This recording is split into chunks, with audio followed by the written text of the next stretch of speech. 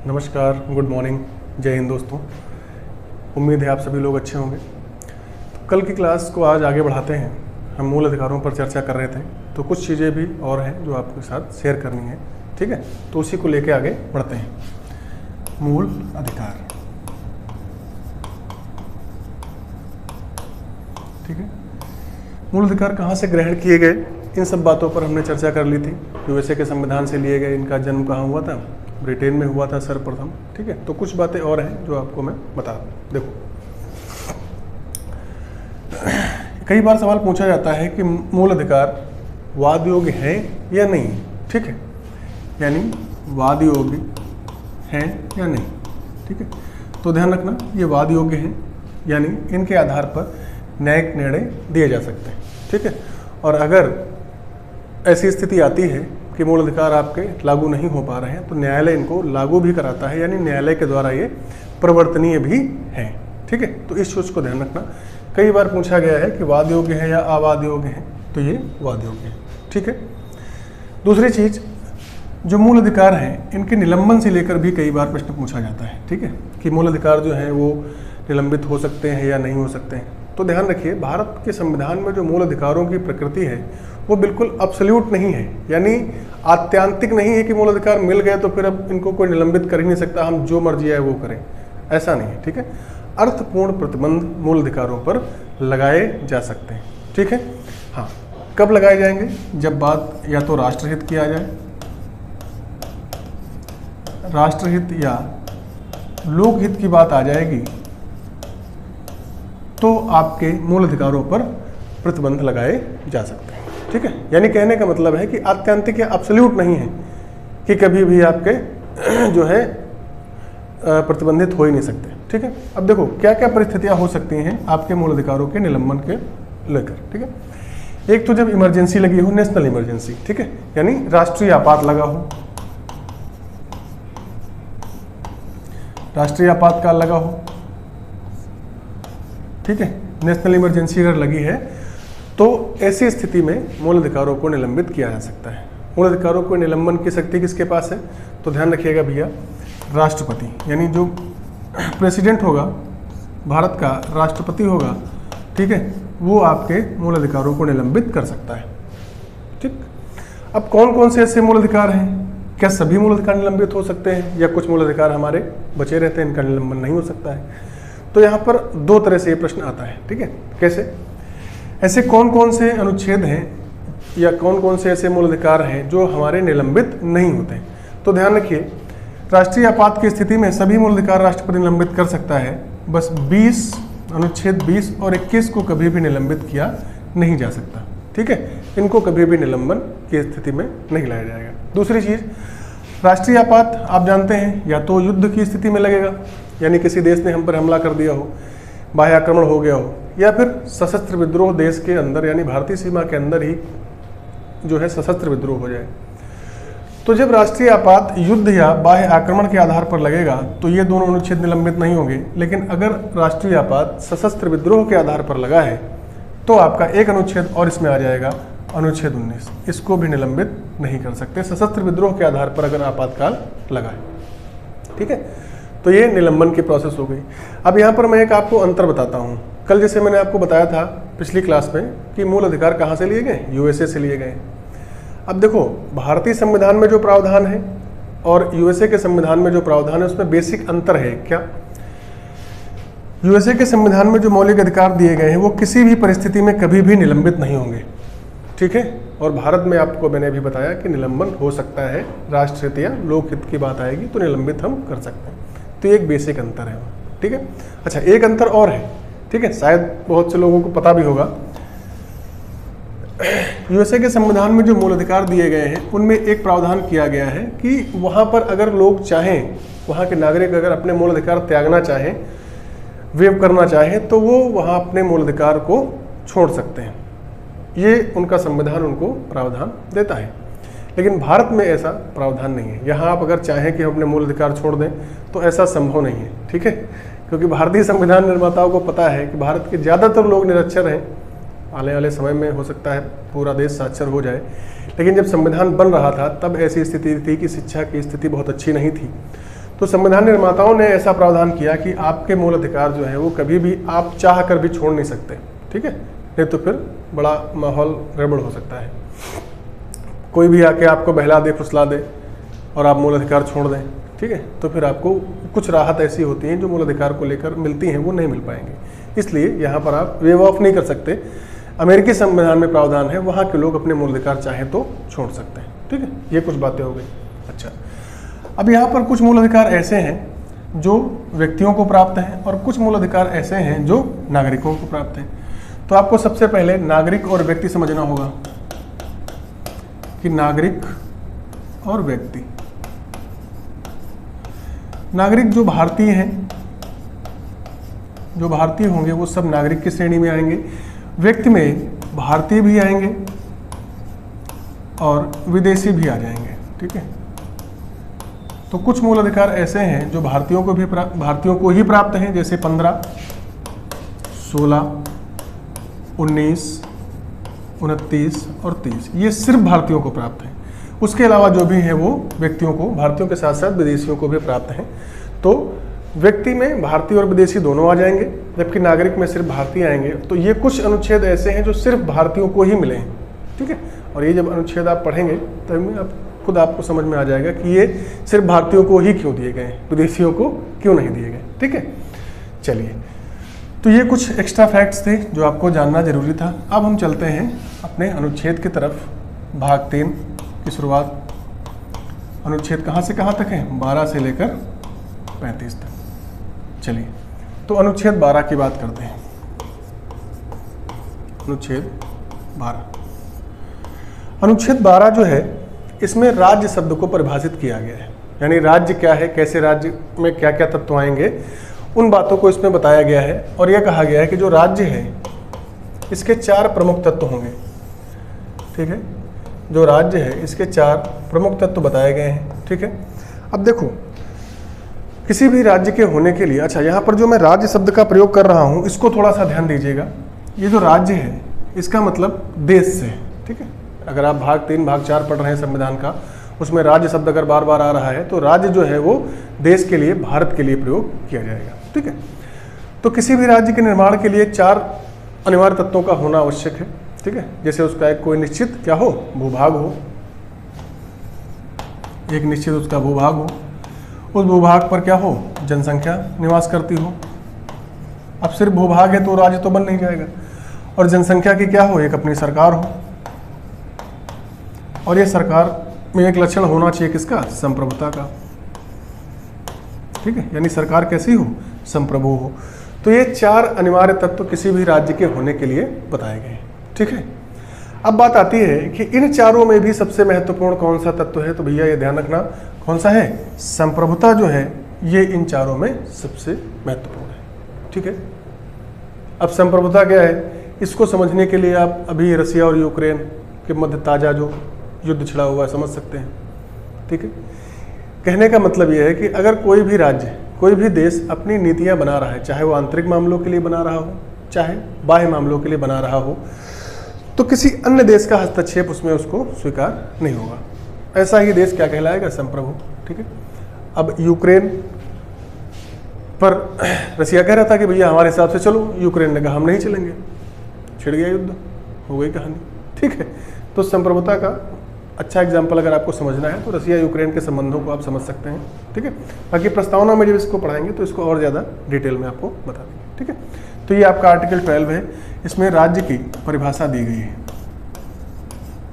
ठीक है। ये क्वेश्चन अगर पूछा जाए कि राज्य की परिभाषा किस अनुच्छेद में दी गई है, तो आर्टिकल 12, ये भाग 3 के लिए है। भाग 4 भी जब पढ़ेंगे तो उसमें अनुच्छेद 36 में भी राज्य की परिभाषा दी गई है। वहाँ यही कहा गया है कि राज्य की वही परिभाषा होगी जो अनुच्छेद 12 में कहा गया है, ठीक है। अब बात करते हैं अनुच्छेद 13 की। आर्टिकल 13 देखो भैया, ये आपके लिए बहुत इंपॉर्टेंट है। अनुच्छेद 13, अनुच्छेद 13 जो है ये आपके लिए बहुत महत्वपूर्ण है, ठीक है। क्यों? क्योंकि इसको कहा जाता है मूल अधिकारों का सुरक्षा कवच, ठीक है। सुरक्षा देता है मूल अधिकारों को। ये मूल अधिकारों का सुरक्षा कवच क्यों कहा गया, ऐसा क्या है इसमें? देखो, आप जानते हो कि भारत में कानून बनाने का अधिकार संसद को है और राज्यों में राज्य विधानमंडल को है, ठीक है। तो संसद कोई भी किसी भी प्रकार की विधि बना सकती है, मूल अधिकारों में भी संशोधन कर सकती है, मूल अधिकारों को समाप्त भी कर सकती है या कम भी कर सकती है, ठीक है। तो आर्टिकल 13 में यही प्रावधान दिया गया है कि यदि संसद या राज्य विधानमंडल कोई ऐसा कानून बनाती है जिससे आपके मूल अधिकार कम हो रहे हों या समाप्त हो रहे हों, तो अनुच्छेद 13 के तहत सुप्रीम कोर्ट उसका न्यायिक पुनर्विलोकन करेगा और उसको शून्य घोषित कर देगा या उसको समाप्त कर देगा, ठीक है। इसीलिए मूल अधिकारों का सुरक्षा कवच इसे कहा जाता है, ठीक है। यानी अगर संसद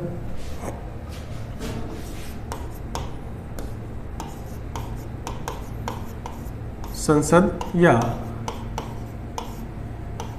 राज्य विधानमंडल कोई भी ऐसी विधि बनाते हैं जिससे आपके मूल अधिकार कम हो रहे हो, तो अनुच्छेद 13 के तहत उनका न्यायिक पुनर्विलोकन करने के बाद सुप्रीम कोर्ट उनको शून्य घोषित कर सकती है, उनको समाप्त कर सकती है। अब यहाँ पर एक शब्द मैं यूज कर रहा हूं, न्यायिक पुनर्विलोकन। ये भी कई बार पूछा गया है कि न्यायिक पुनर्विलोकन का जो प्रावधान है वो किस देश से ग्रहण किया गया है, जुडिशियल रिव्यू। तो ये आपका लिया गया है अमेरिका से, यानी यूएसए से इसको हमने ग्रहण किया है, ठीक है। अब यूएसए के न्यायिक पुनर्विलोकन और भारतीय न्यायिक पुनर्विलोकन में अंतर क्या है?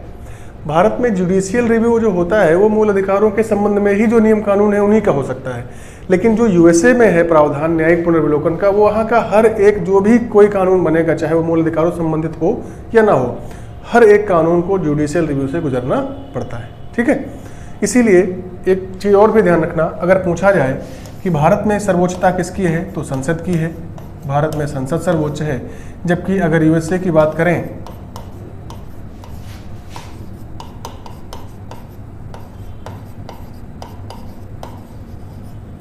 अगर भारत की बात करें तो संसद सर्वोच्च है, लेकिन अगर बात करें यूएसए की तो वहां पर न्यायपालिका,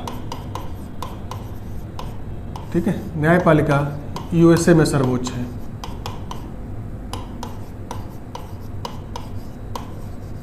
ठीक है, ये पूछा जाता है कभी कभी कि यूएसए में सर्वोच्चता किसकी है, तो न्यायपालिका की है, और भारत में सर्वोच्चता किसकी है, संसद की है। ठीक है, इस बात को भी आपको ध्यान रखना है।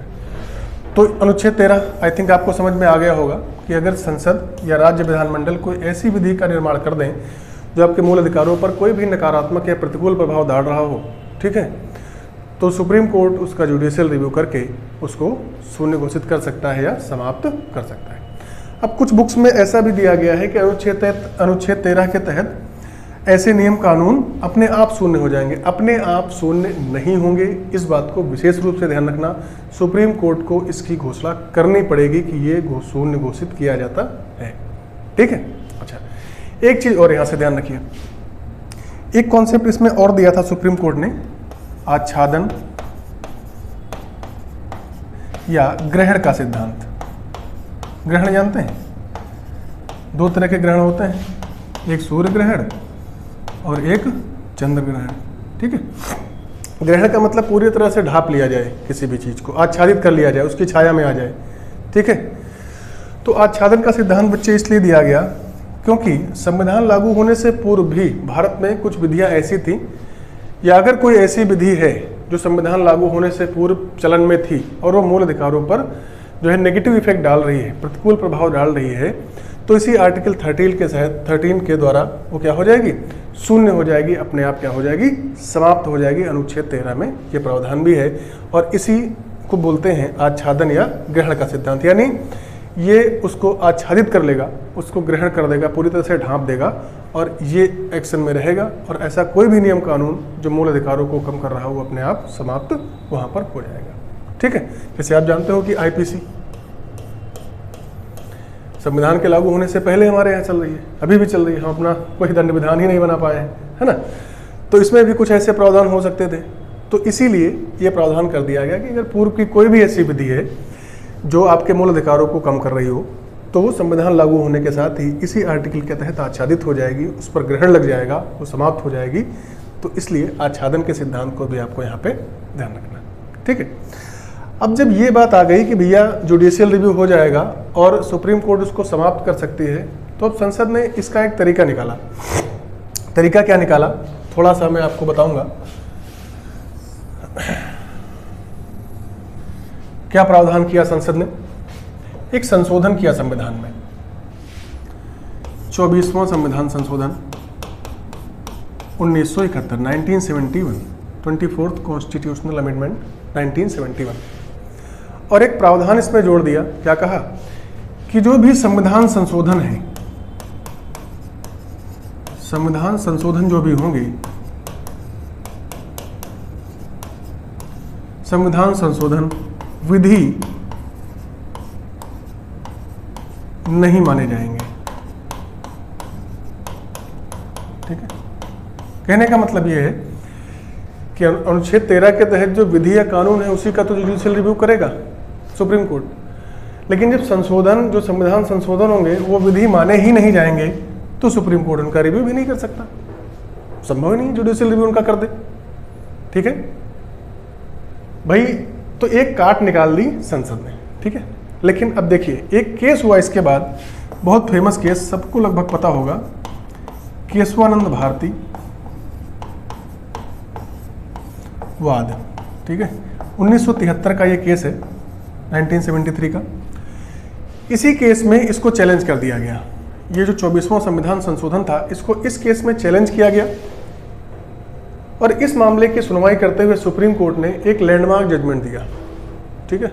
और इसी के द्वारा क्या कहा, ठीक है हम संविधान संशोधनों की जांच नहीं करेंगे क्योंकि वो विधि के अंतर्गत नहीं आते। अब देखो मैंने यहाँ पे लिखा था कि संसद सर्वोच्च है, संसद ने कानून बनाया तो न्यायपालिका ने हथियार डाल दिए कि ठीक है भैया विधि में नहीं आएंगे तो हम जांच नहीं कर पाएंगे। लेकिन एक बीच का रास्ता सुप्रीम कोर्ट ने निकाला और इसी केस को सुनते हुए एक सिद्धांत दिया, मूल ढांचे का सिद्धांत। मूल ढांचे का सिद्धांत दिया यहां पर, और सुप्रीम कोर्ट ने कहा ठीक है हम संविधान संशोधनों की जांच नहीं करेंगे क्योंकि वो विधि में नहीं आते, लेकिन अगर उस संशोधन के द्वारा संविधान का मूल ढांचा प्रभावित होता है तो इस आधार पर हम उसका जुडिशियल रिव्यू कर सकते हैं, ठीक है। इसी केस को सुनते हुए ये सिद्धांत दिया गया। अब ये कई बार क्वेश्चन पूछा गया है कि किस वाद में सुप्रीम कोर्ट ने मूल ढांचे का सिद्धांत दिया, कौन सा वाद है, केशवानंद भारती बनाम केरल राज्य का एक मामला आया था, उसी को सुनते हुए दिया था, ठीक है। तो मूल ढांचा दे दिया। अब फिर सरकार ने पूछा कि भैया मूल ढांचा है क्या, सुप्रीम कोर्ट का ना ये नहीं बताऊंगा। अगर मूल ढांचा बता दिया मैंने तो फिर उसकी भी काट आप लोग निकाल लेंगे। तो आज तक मूल ढांचा क्या है, बेसिक स्ट्रक्चर क्या है, ये आज तक नहीं बताया है सुप्रीम कोर्ट ने, ठीक है, क्लियर है। तो यहाँ तक आपको ध्यान रखना है कि एक संशोधन किया गया और उसमें यह प्रावधान कर दिया गया, लेकिन इसको चैलेंज करते हुए चैलेंज किया गया तो इसकी सुनवाई में ही मूल ढांचे का सिद्धांत सुप्रीम कोर्ट ने दिया था। तो अब अगर कोई संशोधन करके मूल अधिकारों में कोई जो है नेगेटिव प्रावधान करती है तो वो मूल ढांचे के आधार पर उसका रिव्यू हो सकता है, मूल ढांचे के सिद्धांत के द्वारा, यानी बेसिक स्ट्रक्चर के आधार पर सुप्रीम कोर्ट उस पर रिव्यू कर सकती है, ठीक है, इसको ध्यान रखना। और इसी केस के द्वारा संविधान ने एक और सिद्धांत दिया। ये क्वेश्चन पूछा गया एक बार और काफी लोग कंफ्यूज हो गए थे इसमें कि संविधान में जो मूल अधिकार है इनमें संशोधन करने का अधिकार संसद को कब मिला। वो भी इसी जजमेंट को, इसी केस को सुनते हुए सुप्रीम कोर्ट ने कहा था कि संविधान के किसी भी भाग में संशोधन किया जा सकता है, अर्थात मूल अधिकारों में संशोधन करने की शक्ति भी कब मिली, केशवानंद भारती केस में ही संसद को मिली थी, ठीक है, क्लियर। तो यहाँ तक आपका अनुच्छेद 12 और 13 था, ठीक है। अब आपका आएगा अनुच्छेद 14। तो यहाँ से आपके मूल अधिकार प्रारंभ हो जाते हैं। आई थिंक यहाँ तक आपको क्लास समझ में आई होगी। अब हम बात करेंगे मूल अधिकारों की, ठीक है। तो जो मूल अधिकार हैं वो मूल संविधान में, अगर मूल संविधान की बात करें तो मूल संविधान में मूल अधिकारों की संख्या कितनी थी, 7। अगर वर्तमान संविधान की बात करें